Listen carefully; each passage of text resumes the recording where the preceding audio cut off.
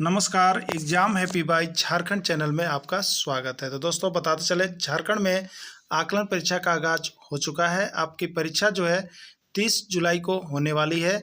आप सभी 30 जुलाई की तैयारी के लिए हमारे चैनल को सब्सक्राइब कर लेंगे और इस चैनल पर नए हैं तो चैनल को सब्सक्राइब करने के बाद इस चैनल पर आपको आकलन परीक्षा का पूरा सब्जेक्ट का जेसीईआरटी टेक्स्ट बुक का नोट्स और पीडीएफ बना हुआ तैयार है। तो आप इसका नोट्स और सारे रिकॉर्डेड वीडियो को जरूर देख लीजिएगा। तो आपको बताते चले, यदि आप अभी आकलन परीक्षा में 101% सफलता प्राप्त करना चाहते हैं तो आपके लिए यहाँ पर क्रैश कोर्स का आज से शुभारंभ कर दिया गया है, यानी सफलता सीरीज की शुरुआत की गई है। तो सफलता सीरीज में यदि आप जुड़ते हैं तो आपको यहाँ पर वैसे ही प्रश्न मिलते हैं जो आपके आकलन परीक्षा में आने वाले हैं और वही प्रश्न आपके आकलन परीक्षा में आएंगे भी। तो आप उन सभी प्रश्नों को एक बार यहाँ पर टेस्ट सीरीज के माध्यम से अवश्य बना लेंगे, जिसकी कीमत रखी गई है। इस सफलता सीरीज में जुड़ने की कीमत जो है मात्र 251 रखी गई है। तो आप 251 रुपये से मोह ममता नहीं रखेंगे और आप वीडियो देखने के बाद अभी के अभी 251 रुपये में जुड़ करके इन सारे प्रश्नों को टेस्ट सीरीज में भाग लेना जरूर सुलभ कीजिएगा। और टेस्ट सीरीज में ज्वाइन करने के बाद आप अपनी प्रतिभा को देख सकते हैं कि आप कितना है। बहुत से लोग जुड़े हुए हैं,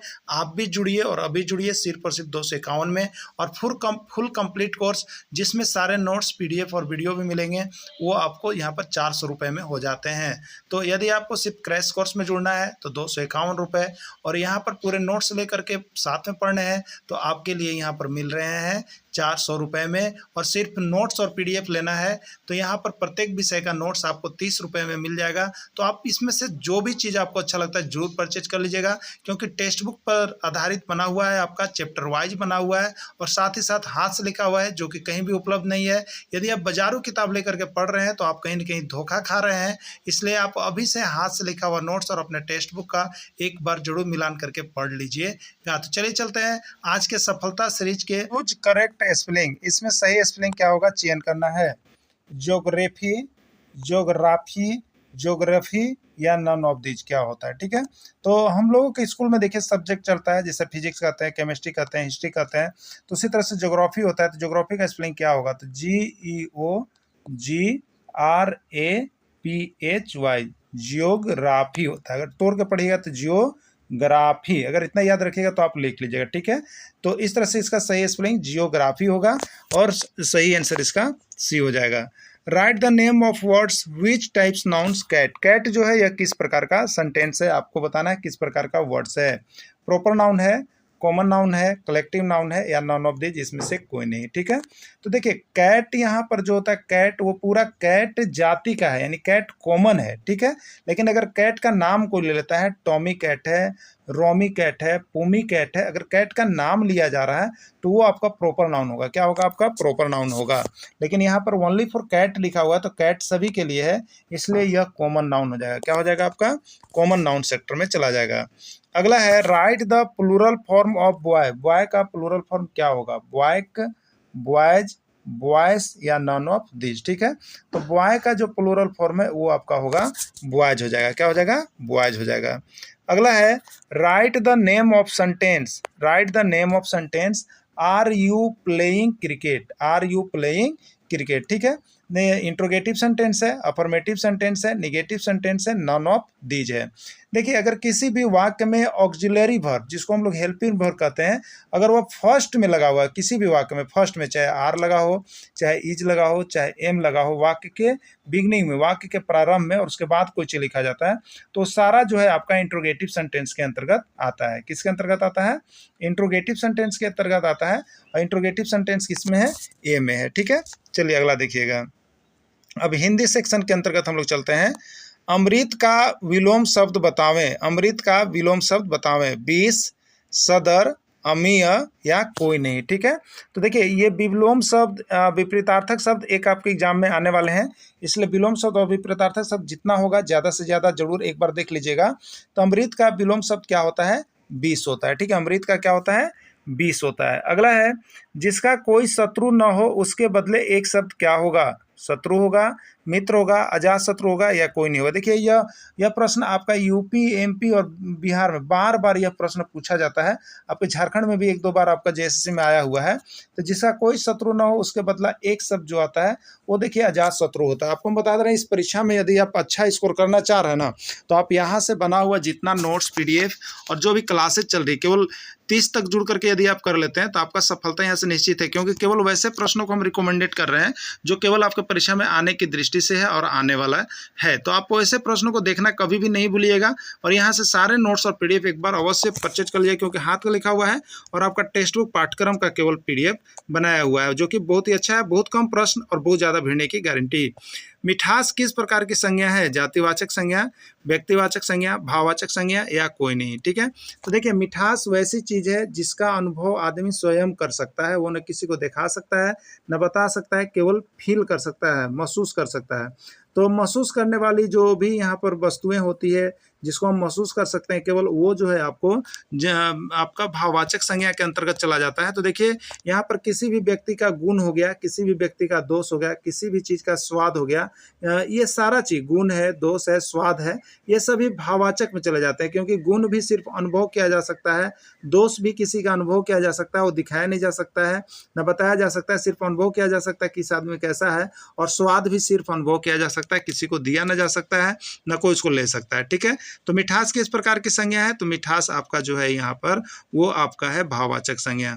अगला है अध्यापक का स्त्रीलिंग रूप क्या होगा? अध्यापक का स्त्रीलिंग रूप क्या होगा? अध्यापकी, अध्यापका, अध्यापिका या कोई नहीं। ठीक है, तो अध्यापक का जो स्त्रीलिंग रूप होता है वो देखिए आपका होता है अध्यापिका। क्या होता है?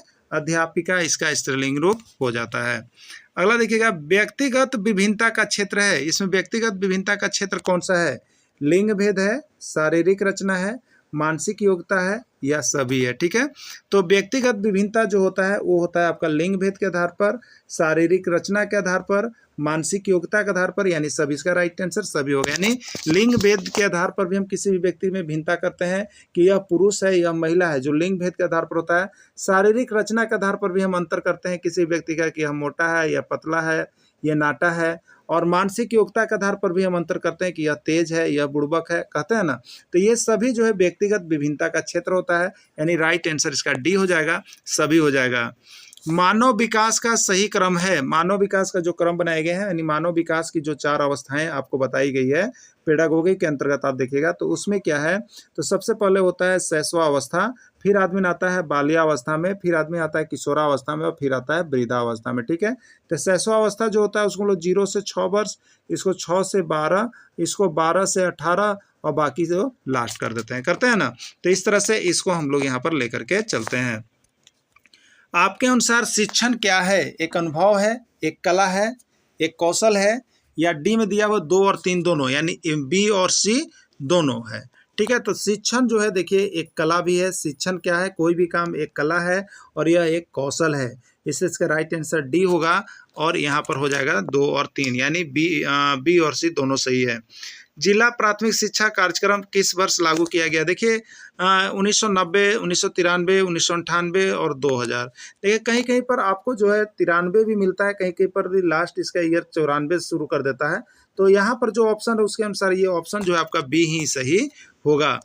चलिए अब रीजनिंग के अंतर्गत देखते हैं। तर्क शक्ति परीक्षण के अंतर्गत जो पूछे जाते हैं, रीजनिंग 15 मार्क्स के आपके आ रहे हैं, जो कि बहुत ही अच्छा सेक्टर माना जाता है। रीजनिंग को आप 15 में 15 ला सकते हैं। ठीक है, सिर्फ तैयारी करते रहना है और यहाँ पर जुड़ करके आपको सीरीज को बनाते रहना है। सफलता निश्चित है और कहीं से भी सफलता नहीं मिलने वाली है। सफलता यही है जो कि आपको देखिए, आपके लिए हम लोग इतना मेहनत करते हैं, जो हाथ से आपका नोट्स बना रहे हैं वो विभिन्न राज्यों का सेट जो है उसको अलग अलग करके यहाँ पर बनाया जा रहा है, जो कि बहुत इंपॉर्टेंट है।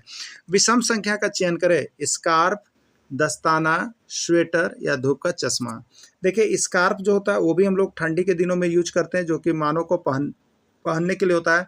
दस्ताना भी हम लोग यहाँ पर जो है पहनने वाला जो वस्त्र के रूप में है, और स्वेटर भी जो है ये भी एक वस्त्र के रूप में है, और ये सभी ठंडी की काम आने वाले वस्त्र हैं। ठीक है, लेकिन धूप का चश्मा जो है ये आपका यहाँ पर वस्त्र नहीं है, ये एक वस्तु है और यह जो है आपका वस्त्र की श्रेणी में नहीं आता है, इसलिए धूप का चश्मा आपका सबसे अलग यहाँ पर बता रहा है। गर्म का संबंध ठंडा से है, उसी तरह हानि का संबंध किससे होगा? गर्म का संबंध ठंडा, यानी गर्म का उल्टा ठंडा है, उसी तरह हानि का संबंध से क्या होगा, तो हानि का उल्टा याद रखिए, हानि का उल्टा क्या होगा, ऊपर नीचे लाभ या कोई नहीं, ठीक है। तो हानि का उल्टा क्या होगा, लाभ होगा। इसका राइट आंसर लाभ हो गया। अगला है थर्मामीटर तापमान, तो लैक्टोमीटर क्या होगा, संबंध बताना है, ठीक है। लैक्टोमीटर क्या होगा, आपको संबंध बताना है। तो थर्मामीटर के द्वारा क्या किया जाता है, तापमान मापा जाता है। तो लैक्टोमीटर के द्वारा क्या किया जाता है, तो दूध की शुद्धता माप की जाती है। तो लैक्टोमीटर में दूध आएगा, क्या आएगा, लैक्टोमीटर में दूध आ जाएगा। अगला है सीरीज का प्रश्न है, खाली स्थान को भरना है आपको। इस खाली स्थान में क्या भरेगा, 1 है, 4 है, 9 है, 16 है, 25 है, तो यहाँ पर क्या आएगा, ठीक है, आपको बताना है यही चीज़। तो देखिए 1 क्या है, तो यह 1 का स्क्वायर है। 4 क्या है, यह 2 का स्क्वायर है। 9 क्या है, यह 3 का स्क्वायर है। 16 क्या है, 4 का स्क्वायर है। 25 क्या है, 5 का स्क्वायर है। देखिए 1 का स्क्वायर, 2 का स्क्वायर, 3 का स्क्वायर, 4 का स्क्वायर, 5 का। अगला क्या हो जाएगा आपका, तो 6 का स्क्वायर। 6 का स्क्वायर होगा कितना, 36, और यही आपका हो जाएगा राइट आंसर, ठीक है। तो 36 होगा। 36 किस में दिया हुआ है, डी में दिया हुआ है, डी इसका राइट आंसर है, ठीक है। ये सामाजिक विज्ञान शिक्षक के लिए, किसके लिए, सामाजिक विज्ञान के शिक्षक के लिए। 1 से 5 के शिक्षक ना बनाएंगे, चाहे 6 से 8 विज्ञान के शिक्षक नहीं बनाएंगे, केवल सामाजिक विज्ञान के शिक्षक ही बना सकते हैं। इसमें चाय, coffee, rubber dot dot dot कृषि की फसल है या किस प्रकार की फसल है, खरीफ फसल, जायद फसल या रोपण फसल, ठीक है। तो देखिए यहाँ पर आपको बता देते हैं, एक ट्रिक है। चौक क्या है, चौक किसके पास है, तो कार के पास गिरा हुआ है। चौक किसके पास है, कार के पास है, ठीक है। तो चाय है, कहवा है, कॉफ़ी है, रबड़ है, ये सभी जो है चाय, कहवा, कॉफ़ी, रबड़, ये सभी जो है रोपण फसल है। क्या है आपका, रोपण फसल है, ठीक है। तो इसका आंसर हो जाएगा सी, रोपण फसल के अंतर्गत आता है। सुनहरा रेशा के नाम से किसको जानते हैं, 120 पर ये प्रश्न पूछा गया है कि सुनहरा रेशा के नाम से किसको जानते हैं, कपास को, पटसन को, सोयाबीन को या कोई नहीं, ठीक है। तो सुनहरे रेशा का जो है पटसन होता है, क्या होता है, पटसन होता है। सुनहरा रेशा किसको कहते हैं, हम लोग पटसन को कहते हैं, याद रखिएगा। और काला सोना किसको कहते हैं, पेट्रोल को कहते हैं। दोनों बार बार पूछा जा रहा है, लोगों को मिसयूज किया जा रहा है, आप सभी जरूर देख लीजिएगा, ठीक है। चलिए अगला देखिएगा, विश्व में चावल का सबसे बड़ा उत्पादक देश कौन है, भारत, ऑस्ट्रेलिया, चीन या दक्षिण अफ्रीका। तो यहाँ पर जो बात आती है चावल का, तो विश्व में सबसे बड़ा चावल उत्पादक देश जो है वो आपका यहाँ पर चीन का नाम आता है। जमशेदपुर किस नदी के तट पर निकलती है, सिंधु नदी, दामोदर नदी, कोयल नदी या स्वर्णरेखा नदी, ठीक है। तो जमशेदपुर जो है वो आपको किस नदी के तट पर स्थित है, तो स्वर्णरेखा नदी के तट पर स्थित है। चलिए अगला यहाँ पर हो जाएगा, स्वर्णरेखा आंसर हो गया। अगला हो जाएगा आपका नील विद्रोह की शुरुआत बंगाल के किस जिले से हुआ। नील विद्रोह का शुरुआत किया गया था और वह नील विद्रोह का शुरुआत बंगाल में हुआ। बंगाल के किस जिले से हुआ वो आपको बताना है। भीम जिला था, कुरु जिला था, नदिया जिला था या बांध था। या JCERT में दिया हुआ है और इसका नोट्स और PDF भी आपको बना दिया गया है, सिर्फ आवश्यकता है देखने की और परचेज करने की। तो आप लास्ट तक भी परचेज करके एक बार जरूर पढ़ने जाइएगा, एग्जाम देने जाइएगा, तो नुकसान होने वाला है। तो नदिया हो जाएगा, इसका क्या हो जाएगा, नदियाँ। अस्थाई बंदोबस्त व्यवस्था किसके द्वारा लागू किया गया। अस्थाई बंदोबस्त व्यवस्था, जमींदारी व्यवस्था, रईतवाड़ी व्यवस्था, महलवारी व्यवस्था, ये सभी चीज़ें हैं। तो अस्थाई बंदोबस्त व्यवस्था किसके द्वारा लागू किया गया है, मुनरो के द्वारा, कोबाल्ट के द्वारा, लॉर्ड कॉर्नवालिस के द्वारा या कोई नहीं, ठीक है। तो अस्थाई बंदोबस्त जो है वो आपको लॉर्ड कॉर्नवालिस के द्वारा तैयार किया गया है। किसके द्वारा, लॉर्ड कॉर्नवालिस के द्वारा तैयार किया गया है। लोकसभा को कहा जाता है, क्या क्या कहा जाता है, प्राथमिक सदन, अस्थाई सदन, लोक सदन, निम्न सदन या कोई नहीं। तो ये सभी चीज़ें ये सही है, प्राथमिक सदन भी नहीं है, ये सारा चीज़ सही है। यानी इसमें पूछा गया है कि लोकसभा को क्या कहा जाता है। तो लोकसभा को यहाँ पर ना तो प्राथमिक सदन भी कहा जाता है, अस्थाई सदन भी कहा जाता है, निम्न सदन भी कहा जाता है। यानी इसका राइट आंसर तीनों हो जाएगा, ठीक है, A, B और C। अगला है पर्यावरण दिवस कब मनाया जाता है, 5 जून, 5 जुलाई, 5 अगस्त या कोई नहीं। तो ठीक है, पर्यावरण दिवस जो है पूरे राज्य में ये 5 जून को मनाया जाता है। 5 जून को विश्व पर्यावरण दिवस मनाया जाता है। तो इस तरह से यदि आकलन परीक्षा जो है आपका 100% सफलता चाहते हैं तो आप इस सफलता सीरीज में जरूर जुड़िए और साथ ही साथ सफलता सीरीज का टेस्ट भी लगाइए, जिससे कि आपको ऊपर बर्डन रहेगा और आप पढ़ करके निकाल सकते हैं। तो सभी को वीडियो देखने के बाद जरूर इसमें टेस्ट में भाग लीजिएगा। वीडियो के अंत तक जुड़े रहें। इसके अलावा